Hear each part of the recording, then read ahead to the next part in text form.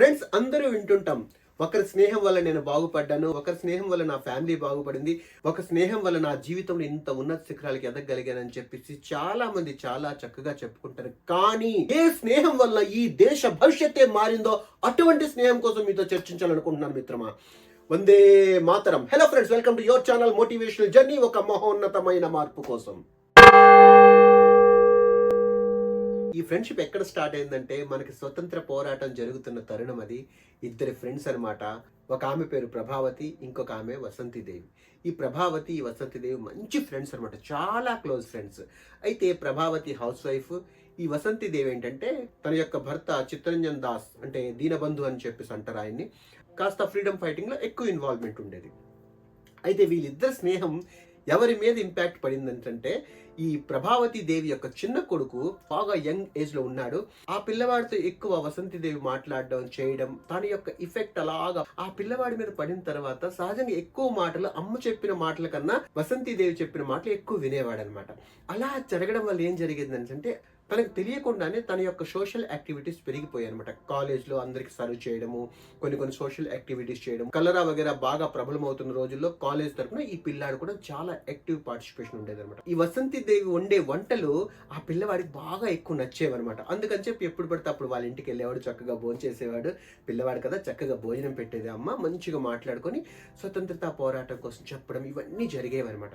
అయితే ఈ పిల్లవాడికి ఇండియన్ సివిల్ సర్వీస్ లో చేర్చాలని చెప్పేసి ప్రభావతి యొక్క భర్త కనిపించింది అనమాట. అది 1920s కనుక. అప్పట్లో ఇండియన్ సివిల్ సర్వీసెస్ లో జాయిన్ అవ్వాలి అని అంటే అప్పుడు లండన్ వెళ్ళవలసి వచ్చేది అనమాట. అలాగే ఈ పిల్లవాడికి కూడా లండన్ పంపించాలనుకున్నారు. కానీ ఈ పిల్లవాడి మనసులో అప్పటికి సోషల్ యాక్టివిటీస్ పట్ల బాగా మక్కువ ఉండడంతో వద్దు అని చెప్పేవాడు అనమాట.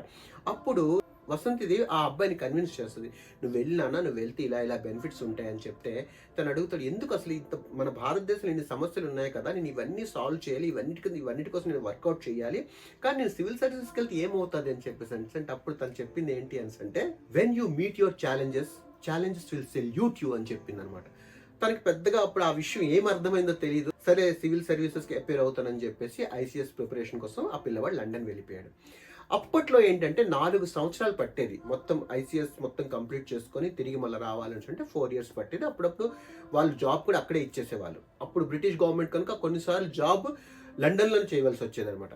ఆ టైంలో ఈ పిల్లవాడు 4 సంవత్సరాల కోర్సుని ఓన్లీ 7 months లో కంప్లీట్ చేసి అన్ని పేపర్స్ క్లియర్ చేసేసాడు. తనకి వెంటనే బ్రిటిష్ గవర్నమెంట్ వాళ్ళు పోస్టింగ్ ఇవ్వాలనుకున్నారు. అప్పుడు తన మనసులో ఈ యొక్క ఇంపాక్ట్ ఉంది కదా, సోషల్ సర్వీస్, ఫ్రీడమ్ ఫైటింగ్, ఈ ఇంపాక్ట్ ఉండడం వల్ల తను ఆ సర్వీస్ చెయ్యను అన్నాడు. అప్పుడు తన యొక్క తండ్రి, తన యొక్క తల్లి, వీళ్ళంతా కూడా ఆ పిల్లవాడి మీద బాగా ఫోర్స్ పెట్టారు, ఎలాగైనా సరే జాబ్లో నువ్వు జాయిన్ అవ్వాలని చెప్పేసి. అప్పుడు ఆ పిల్లవాడు చేసిన పని ఏంటంటే, వసంతిదేవికి ఒక లెటర్ రాస్తాడు, I don't want to do these services అని చెప్పేసి. అప్పుడు ఆ తల్లి రిప్లైలో ఏం చెప్తుంది అనేసి అంటే, it is up to you now.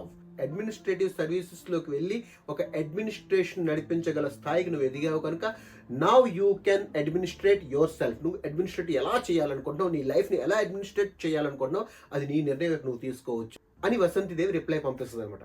అప్పుడు తను ఏం చేస్తాడంటే సరే అని చెప్పేసి డెసిషన్ తీసుకుంటాడు, ఇక అక్కడ జాబ్లో జాయిన్ అవ్వకుండా తిరిగి వచ్చేస్తాడు అనమాట. ఎప్పుడైతే ఐసీఎస్ని డినై చేసేసి, ఐసీఎస్ని వద్దని చెప్పేసి ఒక జాబ్ను వదిలేసి ఎప్పుడైతే ఆ పిల్లవాడు భారతదేశానికి వస్తున్నాడో లండన్ నుంచి, తను ఎప్పుడైతే షిప్ పోర్ట్లో ఇలాగ అడుగు పెడుతున్నాడో, భారతీయులకు అప్పటికే భారతదేశంలో చాలా మంది ఫ్రీడమ్ ఫైటర్స్కి అప్పటికే ఆ యొక్క మెసేజ్ వెళ్ళిందనమాట.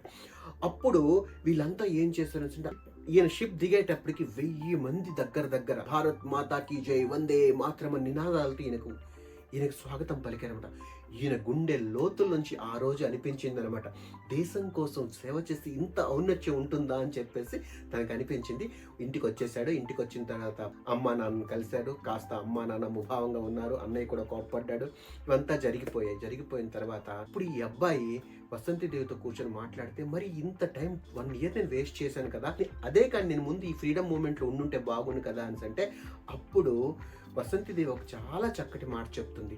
ఆన్ దట్ డే, సంవత్సరం క్రితం నువ్వు ఏంటి అని అంటే కేవలం ప్రభావతి కొడుకు. నువ్వు ప్రభావతి బిడ్డవు కనుక నీ కన్న తల్లి నీకు పంపించింది ఐసీఎస్ క్వాలిఫై కావాలని చెప్పి, అందుకే ఐసీఎస్కి వెళ్ళావు.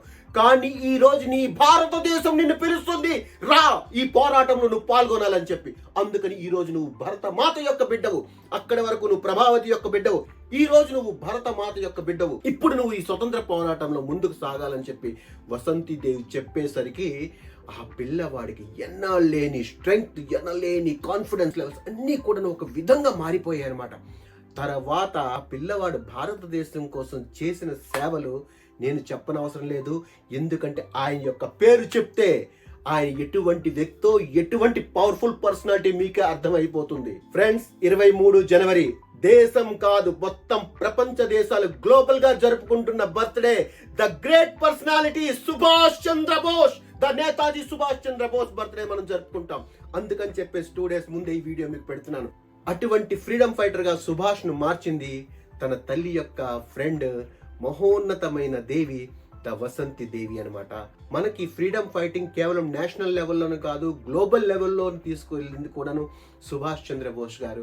అటువంటి సుభాష్ చంద్రబోస్ గారి జన్మదినాన ఆయనకి అత్యంత ప్రియమైన వ్యక్తి కోసం మనం గుర్తు చేసుకోవాలని మాత్రమే నా తపన కనుక ఆ తల్లి కోసం చెప్పాను. మరోసారి ఆ మహాతల్లి వసంతి దేవిని తలుచుకుంటూ మన భారతదేశం ఆ తల్లిని మాత్రం ఒక విశేషమైన సత్కారం కూడా ఇచ్చింది. 1973లో పద్మ విభూషణ్తో కూడా ఆమెను సత్కరించింది. అటువంటి మహాతల్లి యొక్క అడుగుజాడల్లో నడిచి మన దేశానికే కాదు ప్రపంచానికే ఒక ఉన్నత మార్గం వైపు నడిపించినటువంటి నేతాజీ సుభాష్ చంద్రబోస్ గారి జన్మదినాన నేతాజీ సుభాష్ చంద్రబోస్ జీకి జై.